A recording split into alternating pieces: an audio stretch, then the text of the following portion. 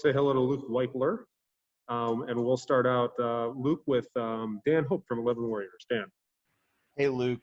Stud was talking about how the day after the national championship game, you were already back in the Woody, going through drills, sending him film. Just kind of what compelled you to do that, to want to get back to work right away?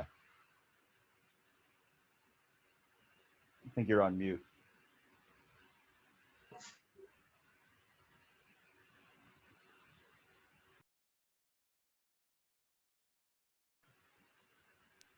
Sorry about that. Well, after the national championship game, obviously there was a really sour taste in everyone's mouth. I mean, that was a tough loss and a tough pill to swallow.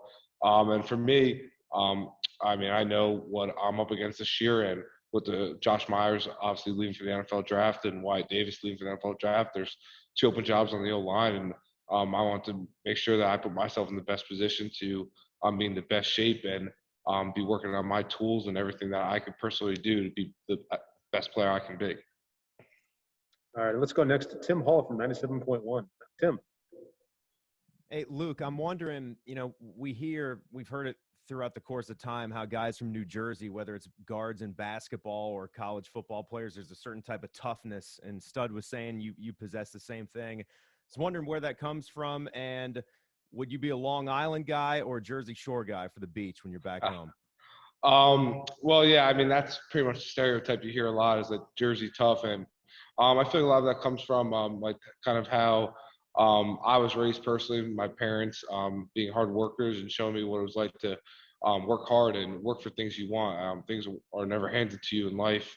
Everything that you want, you have to work for and strive hard to achieve. And for me, I mean, I try to own that mentality as best as I can, and every day put hard work in and stack days up against each other. And after that, you'll get a nice payout. That's kind of how I like to look at things. And also, I'm a Jersey Shore guy all the way through, Long Beach Island.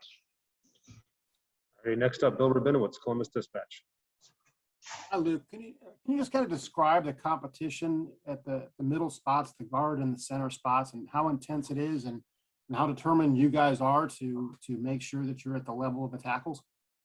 I think for us, I mean, our tackles set a great example of what it's like to be an impact player and be great at your craft. With Nick on one side and Thayer on the other, they're a prime example of what everyone in the room is striving to be.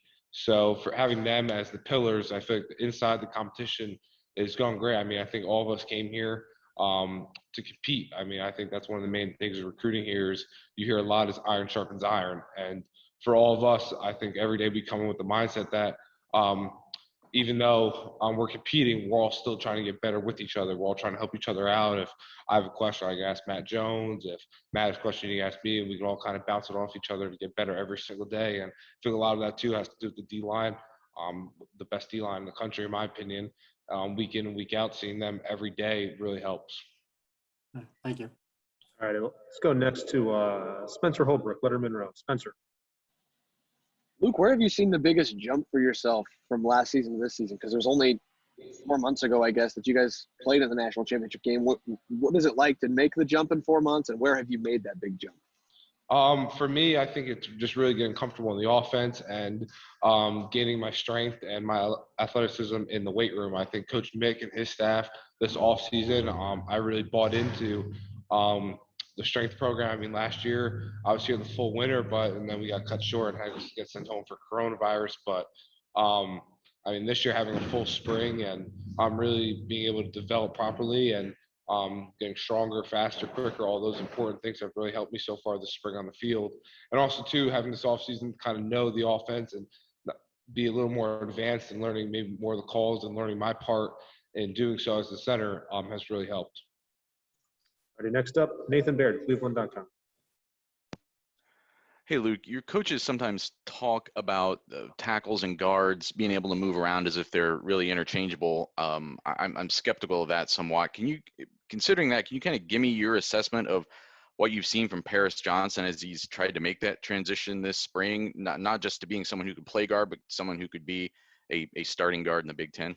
For me, I mean, I think that transition's a hard transition. I mean, it's easy to say, oh yeah, guard can play tackle can play guard, but for Paris, I think he's making a seamless transition from the tackle spot to the guard spot. He's been having a great spring so far, kind of learning the new position and the nuances of it, and he's, I think, going to have a great rest of spring and then into fall camp into the season. Why do you think he's been able to do it so seamlessly? I think he's just a great athlete. He understands football, and he's just a violent player, honestly. He comes with every play trying to bring violence to the field, and I feel like when you have that mindset, you can play any position. It doesn't really matter if it's linebacker, guard, or safety. So. All righty. This will be the last question for Luke because we have Paris Johnson ready for you. So we'll go to Austin Ward. Austin. Luke, what's the balance when we know the brotherhood of the unit, and obviously Harry being hurt doesn't feel good for for all of you, but that gives you an opportunity to get some key reps and build the spring. What's the mentality when something like that happens and opens up that door for you? I think the mentality in the facility as a whole is like next man up. I mean, you saw it this year with coronavirus, guys going down every week. You never know who's really going to be able to play Saturday. I mean, guys can pop up a test on Friday and not be able to play the next day. So all year this year, it was really the next man up mentality. So carrying out to the spring, I mean, one guy goes down, another guy step up and perform. And it's kind of the same deal. When your number gets called on, your name gets called on, you have to be able to go in and get the job done and perform at a high level. All righty, Luke. Thank you very much for your time. Really appreciate it. Have a good day. Hey, everyone. And up next will be Paris Johnson.